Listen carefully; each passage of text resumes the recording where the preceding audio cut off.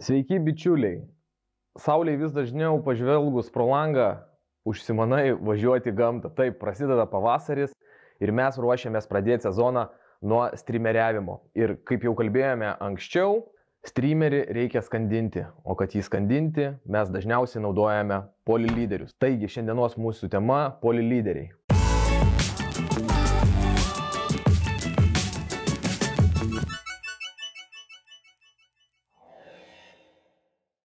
Kaip jau minėjau prieš tai, dažniausiai naudojama skandinimo priemonė žvejojant streamerių, ypač pradedantiesiems, yra polilyderiai, nes juos labai lengva prijungti prie tiesiog turimo plaukiančio valo, kuris yra naudojamas beveik visas žvejybas. Labai lengva pasikeisti skendimo greitį, tiesiog pakeitus polilyderį, visą tai galima padaryti greit, be skausmo ir be didelių išlaidų. Ir kai mes pradedam kalbėti apie polilyderius, klausimas kyla, kodėl mes turime jų tiek daug ir kuriuos pasirinkti, nes šiandien aš turiu 4 skirtingus polilyderių modelius, apie kuriuos ir papasakosiu. Taigi pirmiausias ir turbūt pats naudojamiausias pradedančiųjų yra Vision Light Trout polilyderis. Jau jo pavadinimas sako, kad jisai skirtas upėtakių žvejybai, išskirtas kaip light, dėl to, kad jis yra šiek tiek lengvesnis.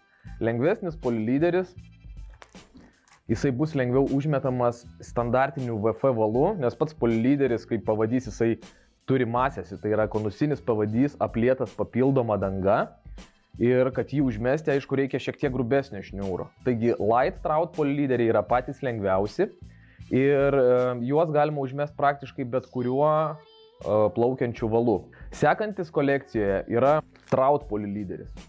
Trout polilyderis taip pat skirtas vienrankiams plaukiantiems valams. Skirtumas nuo Light Trouto yra toks, kad jis yra šiek tiek sunkesnis.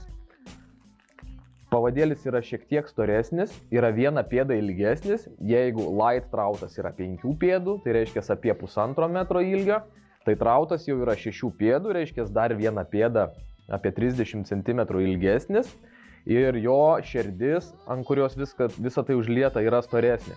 Light Trouto šerdis yra 0,25 mm, Trouto yra 0,30.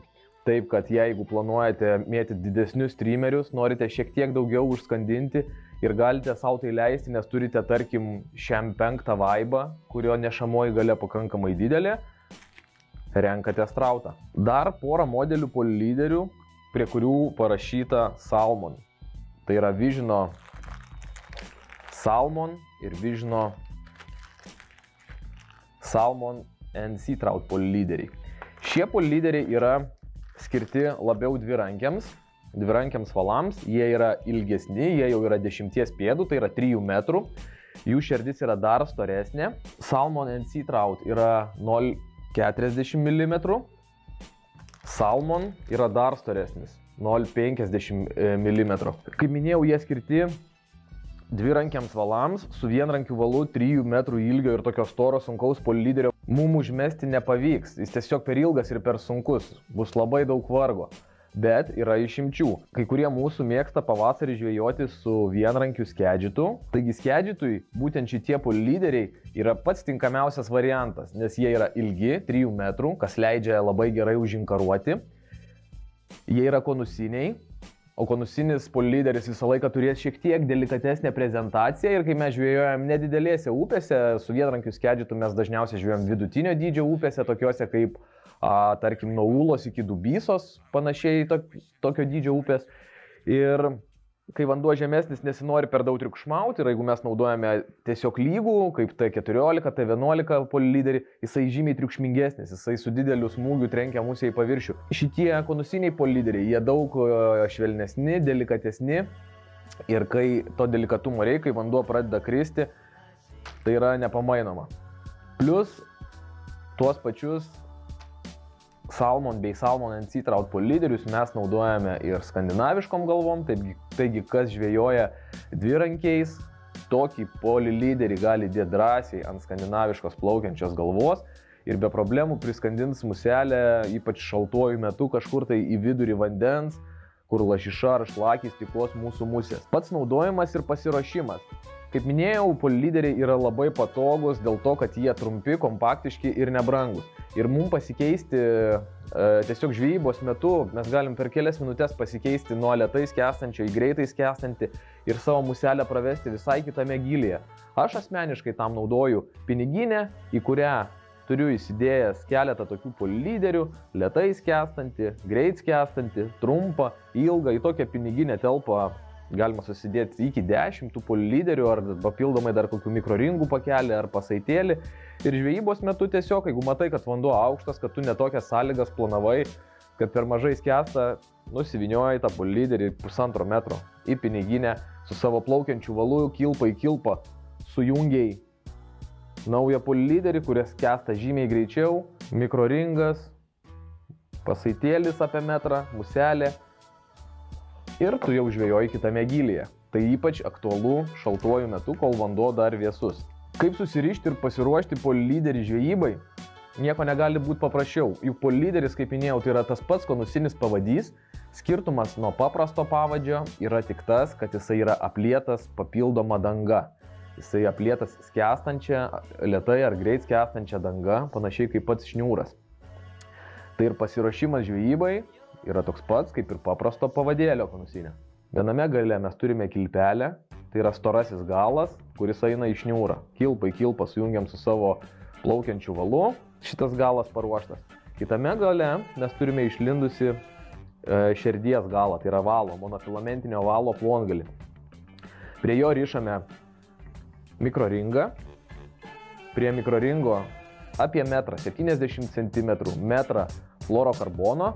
Aš rekomenduoju Vižno fluorokarboną, kurį mes naudojame ir esame išbandę, nes jis tikrai gerai laiko mazgus ir tarnauja žymiai ilgiau negu paprastas monofilamentas. Ir tada jau prie pasaitėlio keliauja streameris. Na, o streamerių, kokius tik mėgstate, kokius turite. Lengvesnius, sunkesnius vėl taikotės prie savo žvejybos vietų, turit savo mėgstamus atspalvius, dydžius. Čia jau jūsų reikalas. Į ką norėčiau atkreipti dėmesį, kad būtent pasaitėlį, fluorokarboną, nereikėtų labai nuploninti. Aš asmeniškai plonesnio negu 0,20 nenaudoju ir netgi 0,20 jau yra išimtis. Žvejojant streamerių, ypatingai jeigu vanduo bent kažkiek drumstas, tas matomumas vandenį nėra toks geras ir žuvis tikrai nekreipia dėmesio į tą pasaitėlį. Tai aš rekomenduočiau 0,22, 0,25 mm, taip žymiai mažiau prarasite streamerių, kažkur į kažkokią žolę į kabinę drąsiai išsilupsite, išsitrauksite. Be to, storesnis pavadėlis žymiai lengviau padės išversti didelį streamerį, nes kai metimo metu, kai ridenasi kilpo ore, jinai tiesiasi, jos standumas padeda nesusipainiot valui ir tiesiasi, trumpėja valas, tada daeinam iki pavadžio, tada iki pasaitėlį ir jeigu pasaitėlis per plonas, per minkštas, muselė labai dažnai pagauna šniūrą ir susipainioja. Taigi storesnis pavadėlis, tas pats pasaitėlis, jisai padės išvengti tokių mazgų, nes storas valas padės išversti didesnį streamerį.